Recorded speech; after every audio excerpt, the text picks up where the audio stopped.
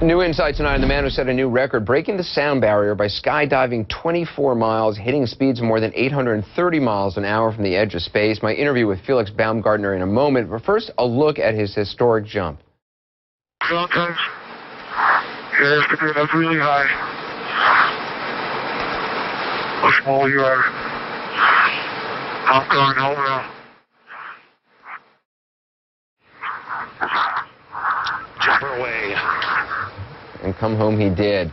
We wanted to know what it was like up in the stratosphere, looking down at the Earth, knowing there's only one way home. I spoke to fearless Felix earlier for the Big 360 interview.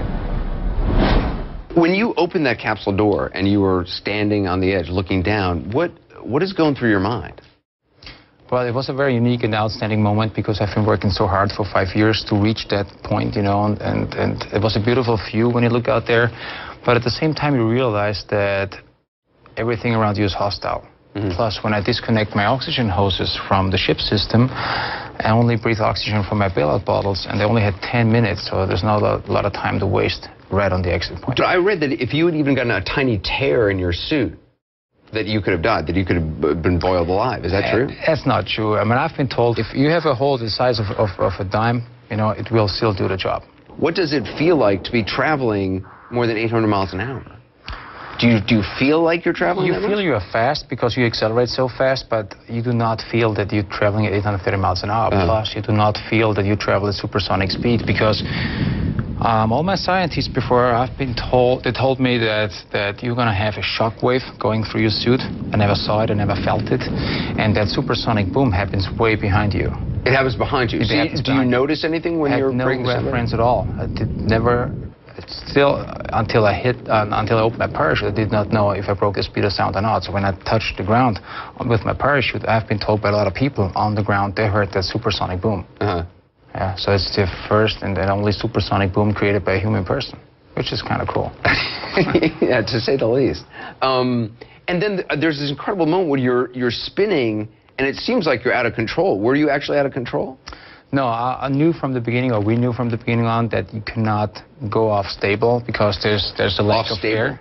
You cannot go off the capsule stable. You know? So when you step off, you're gonna spin. Yeah, that's a matter of fact. It's almost in a vacuum. There's no supportive air. And as a well-trained skydiver, use this air to stabilize yourself. But the first 30 seconds, you have no air. So the only way that you can do it is you spin. So now you have 50 seconds to control that spin, and you cannot practice this before because either you go for supersonic speed or not. So while you constantly spin, you have to figure out a solution how to stop that spin. So it was moving my arms and legs, but really gentle because you still keep in mind you're traveling at 830 miles an hour, so you cannot stick your arm out like this because then it becomes worse. So I was trying to figure out a way how to stop it, and once I had it, you know, I never lost it. And I mean, are you, for the entire time, are you just thinking, I mean, are you thinking second by second? There's no time to really enjoy it, I guess, is there? Oh, no. That was business, you know. As soon as you step off, it's business. Because, you know, you have been working so hard to accomplish what we have to accomplish, and there's no second thought about emotional stuff. You have to perform well. Time-wise, did it go by really quickly, or do you remember every sort of second of it? I remember every second, you know. I was totally concentrated, I was focused, just trying to do the right thing. Is there ever a moment of fear or worry? Well, it's not fear because my life was never in danger. Even if it looks like that for regular people, we have been doing a lot of testing before. You know, we have developed a lot of safety equipment to make this as safe as possible. So my life has never been in danger. The only worry that I had is not breaking the speed of sound. Also, your landing seemed perfect. I mean, you see people doing regular skydives, and you know, they collapse on the ground. I mean, your landing was amazing. I mean, I never thought about landing my whole life because it's a natural thing on a skydive. But this time I was too worried about falling down, you know, because the whole world was watching. So you want to finish this, you know, with style. Stick the landing. And that's why I was getting a little bit worried when I was 30 seconds prior to landing. I still didn't know where the wind is coming from because you have no flares out there, no nothing. And my helicopter guys were supposed to drop some flares. And 30 seconds before landing, I still didn't see flares. That's why I was yelling at the guys over my radio, drop some flares, because I want to know where the wind is coming from. Because I want to finish this in a perfect way. And then finally, they dropped some flares. I could read the direction from the wind, and I landed on my feet. I love that after all of the stuff you've gone through, the last 30 seconds, you're worried about looking good on the landing. That's you know, about finishing it well. I'd read also that you had panic attacks or a sense of claustrophobia in the suit.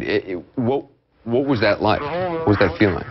Well, it happened in the beginning. You know, every time when I was in the suit for almost an hour, I kind of felt anxious, but I was fighting my way through.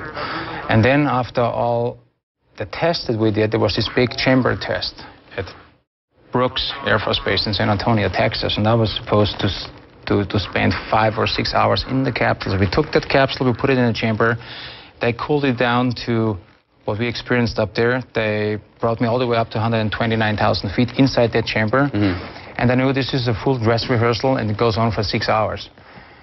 And I knew that I cannot do 6 hours in this suit. So I had to address Why? Because it's claustrophobic? Yeah, when you put that visor down, you know, you're trapped in your own little world. The only thing that you hear is your breathing for hours and hours and hours. And it's very stiff, so at altitude it becomes pressurized. It's very stiff, you have a lack of mobility. And if you have negative thoughts, it's getting worse inside that suit. So I was working with a psychiatrist to get over that problem. And how were you able to get over it?